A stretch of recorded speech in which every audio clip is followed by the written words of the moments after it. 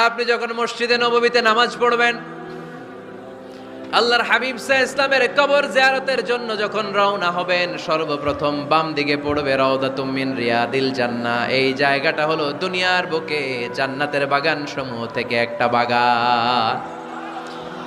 আপনি হাঁটতে থাকবেন, হাঁটতে হাঁটতে রাউজাতুম মিন রিয়াদিল জান্নাহ পার হওয়ার পরে বাম দিকে পড়বে বিশ্বনবীর কবর। বিশ্বনবীর কবরের সামনে দাঁড়িয়ে কোনো উম্মত সহ্য করতে পারে নাকি?